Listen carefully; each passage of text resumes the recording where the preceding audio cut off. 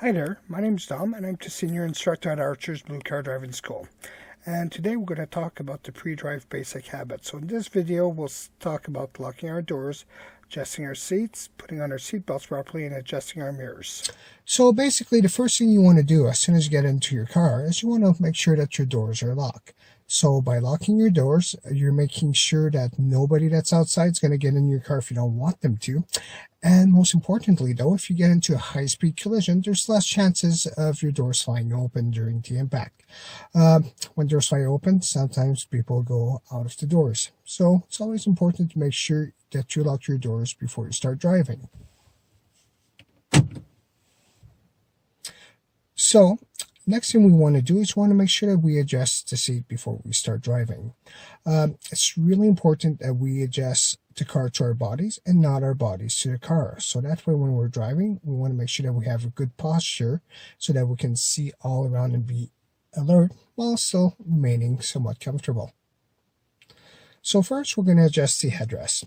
So how to adjust the headrest is basically at the bottom of the post. On this car here, there's a small button and you can raise the headrest up or down accordingly. What you want to make sure is that the back of your head touches the headrest. Next, we're going to adjust the backrest. So where the backrest meets the seat, there's a small lever, and by lifting up onto the lever, we can adjust the tilt angle of the backrest. Lifting up, we can go back or forward. It's really important that we have a nice little bit of a back angle. We don't want to be too much forward, otherwise we'll really feel some stress in our lower back and shoulders area. And if we sit too far back, then our arms are going to be overextended. So we want to make sure that when we adjust the backrest, that we can reach the steering wheel comfortably with a little bit of a bend in our elbow. A little bit forward of the tilt angle lever, there's a long handled lever on this car, and we can adjust the seat going up or down. So to raise the seat up, we're going to take the handle and pump it upwards like this, and so we can go up. Or if you find that you are too high, you can pump it downwards to go down like this. What we want to achieve for height is we want to make sure that our chin is either level or higher than the steering wheel, so that way we can have a good line of sight all around us. If we are too low, well, then we don't want to have the steering wheel obstructing our line of sight. And the last thing we need to do that we can adjust our seat is to adjust the seat forward and back. So in between our legs there's a metal bar, and if we lift up at the metal bar at the bottom of the seat, we can adjust either going backwards or forward like this.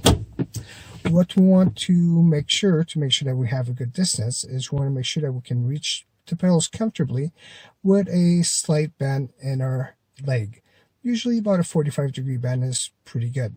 We want to make sure that we plant our heel in between the accelerator and brake pedal and keep our heel planted and pivoting on our heel to operate the pedals with the ball of our foot. A good way also to determine whether you have a good distance is if you can reach behind the brake pedal, then you know that you have enough reach to make sure that you can apply the brake pedal fully in case that you need to do an emergency braking application. While not on all cars nowadays, but on some cars you can adjust the steering wheel. On this car here, to adjust the steering wheel, all you need to do is reach for the lever that is located on the left side of the steering wheel, push it down to unlock it, and then you can adjust up, down, and closer or further away from your body. So once your seat is adjusted, next you want to put on your seat belt. So when you put on your seat belt, you want to make sure that there are no twists, that it's nice and flat, and that it goes across the shoulder to your chest, nice and square to your hip, and when you engage it, that you get that nice click out of it. And you always want to give it a little bit of a tug, just to make sure it's properly secured. At the end, the seat belt shouldn't be too loose or too tight, it should fit nice and snugly across your body. If the seat belt is properly adjusted, you should be able to move freely forwards and back so that you can reach controls and whatnot, but if you have to stop abruptly, it should lock into place like this. So after your seat's adjusted and you've done up your seat belt, the last thing you want to do is adjust your mirrors.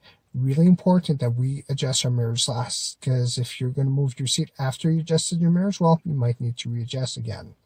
So always do mirrors last.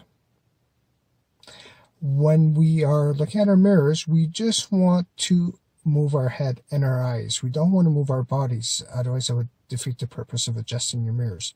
So when we're looking around, we should just be going like this.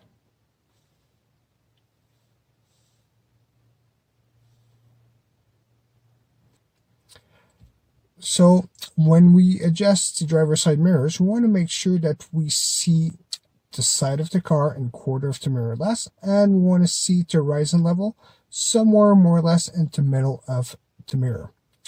If we look at the mirror now, to horizon level, you can see where the street ends and where the snow begins on the grass of the house at the other side of the street. That is to horizon level. So for the inside mirror, we want to make sure that we just grab and readjust and see as much through the back window as we can. Usually, if you adjust it properly, you should see a little bit of your headrest inside the mirror. Also, just to point it out, at the bottom of the mirror, there's a small lever, and that's for daytime and nighttime driving adjustment. So at night, if somebody is driving with their high beams on, you can always pull on that little lever, and it will deflect the light from your eyes while you're still going to be able to see. Granted, it's going to be like shaded, but at least you will not be blinded. So passenger side mirror.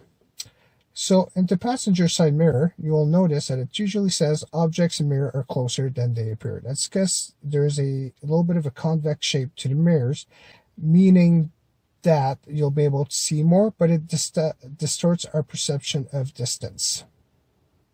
So on that, just like the other mirror, we want to make sure that we see the side of the car and quarter of the mirror less, and that let us index the car so that we can tell how close we are to, say, the curb, or if we're driving on a road where lines are painted, if we are within our lines.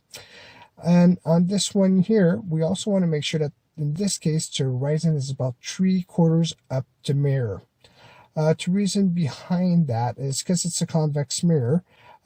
We don't really need to look at the sky while we're driving, so by having the horizon at 3/4 up, not only can we see what's happening behind us, but we can also see how close we are again to the curb, or if we are driving within our lines. So we are now ready to drive. So thanks for watching our video, and stay tuned for our other videos on how to drive with Archer's Blue Car Driving School.